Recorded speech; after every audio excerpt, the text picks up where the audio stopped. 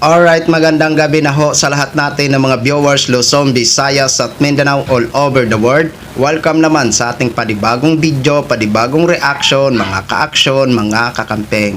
O eto, gusto ko lang ho na i-share ho ito sa inyo. Talagang masasabi ko ho talaga na walang sinabi ito si Senator Robin Padilla dito kay Senator Lito Lapid pagdating sa pagtatanong sa witness. Napakagaling ho ni Senator Lito Lapid at hinangaan ho ito ng ating mga kababayan kasi nagbasa ho ako sa comment section sa nasabing video, talagang hinangaan ho ng ating mga kababayan kasi alam naman ho natin na ito ang unang pagtatanong nito ni Senator Judge Lito Lapid mula nang nagsimula ang impeachment trial ni Sara Lustayira dyan sa impeachment court sa Senado. Minsan lang ho magtanong ito si Senator Lito Lapid pero talagang swak na swak ho agad ang kanyang mga katanungan.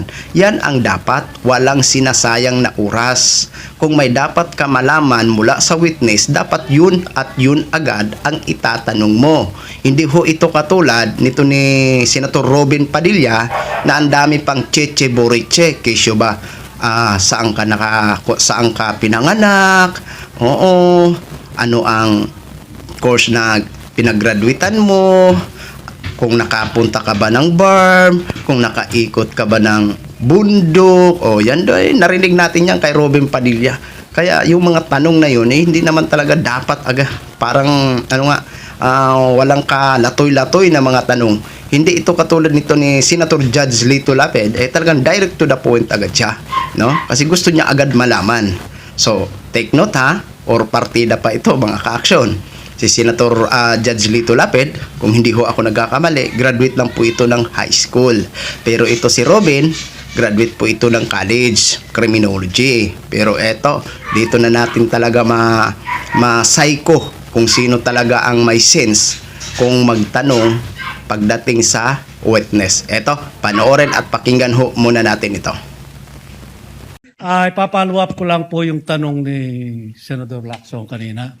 Yung pangalawang deliver nyo sa 125 million, kung linagay nyo sa kaha, sabi nyo binigay nyo yung 80 kay La Chica, kay Kernel, nasaan napunta yung 45 million? Kanino nyo binigay? Sa aming vault pa po yon, Your Honor. Nung kinuha nyo yung 4 na bag sa bangko, nakita ba ni Vice President Sara yon? Binuksan mo sa harap niya? O hindi na, diniretso mo na kay Kernel La Chica?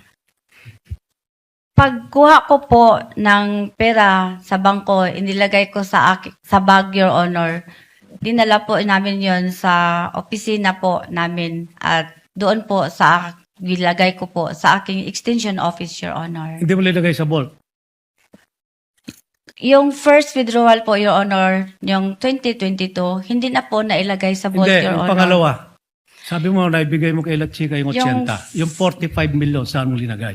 Sa Kanino mo aming- binigay? Ginilagay ko po sa aming vault, Your Honor. Then, after po na i-release ko po, yung first release ko na 80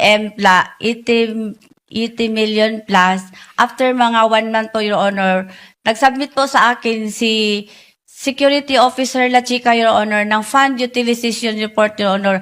At saka, may dala na po din siyang Object of Expenditure, Your Honor, na yun ang binabasihan ko po, Your Honor, ko, na i-release ko po yung remaining pera, Your Honor.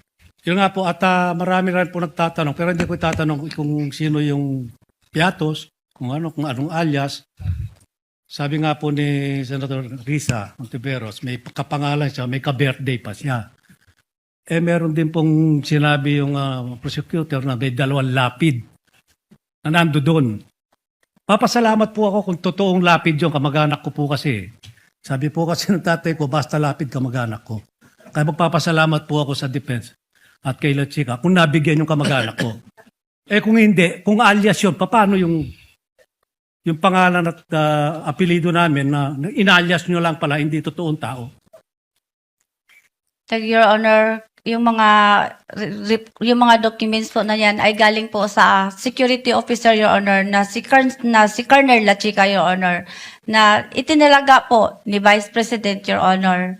Kaya po nag-rely po ako, Your Honor, sa kanya kasi meron po siyang office order, Your Honor, na siya ang security officer, Your Honor, at siya po ang mag-implement ng mga various confidential operation or activities, Your Honor. Ba't yung pinagkatiwalaan si Colonel La Chica, may nakita ba kayong background niya? Nung siya, active pa siya hanggang ngayon, ano? Meron ba siyang intelligence fund sa office niya, na sarili niya? Kasi karamihan ng mayor, local official, military, police, army, navy, may mga intelligence fund po yan. Siya ba meron bang sariling intelligence fund? Hindi ko alam, Your Honor. Hindi mo inalam? Hindi ko alam, Your Honor. Ayun lang po. Maraming salamat. Ganyan dapat Senator Robin Padilla. Direct to the point na agad. Kung gusto mo, kung may gusto ka na malaman sa witness, talagang itanong mo agad, hindi na magpasikot-sikot pa na nagsasayang lang oras. Gayahin mo si Senator Lito Lapid. Minsan lang ho siya magsalita, pero hinangaan pa siya ng ating mga kababayan. Kasi nga, direct to the point na agad siya. Wala na siyang inaaksayang oras. Nagtatanong siya para gusto niyang malaman sa witness, no? So, tama naman po ang sinabi ni Senator Lito Lapid na kawawa naman na ginagamit ang kanilang apelyido na Lapid. Mas masaya siya o magpasalamat siya kung nabigyan. Pero kung hindi nabigyan, tapos ginagamit man lang ang kanilang apelyido, kawawa naman ho. Di ba? Ngayon, anong masasabi nyo? Sino ang may sins na ito si Senator Lito Lapid? Ay alam ko, high school graduate po ito.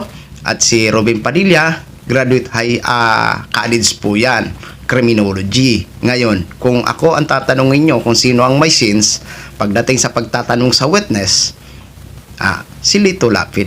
Si Lito Lapid ang may sins kung magtanong. Minsan lang magtanong ha. Kauna-unahan na pagtatanong yan ni Senator Lito Lapid. Pero for me, si Lito Lapid ang may sense kasi wala siyang inaaksayang oras, direct to the point na agad ang gusto niya agad na malaman, tinatanong niya agad. Hindi ito katulad ni Robin Padilla ha. Ang dami pang eklabos. Okay? So yan lang ho mga ka-action ho. Gin-share ko lang ho sa inyo yan. Maraming salamat ho sa ating mga viewers Luzon, Visayas at Mindanao all over the world. Ako po ang inyong lingkod, si The Action Man. Good evening, everyone.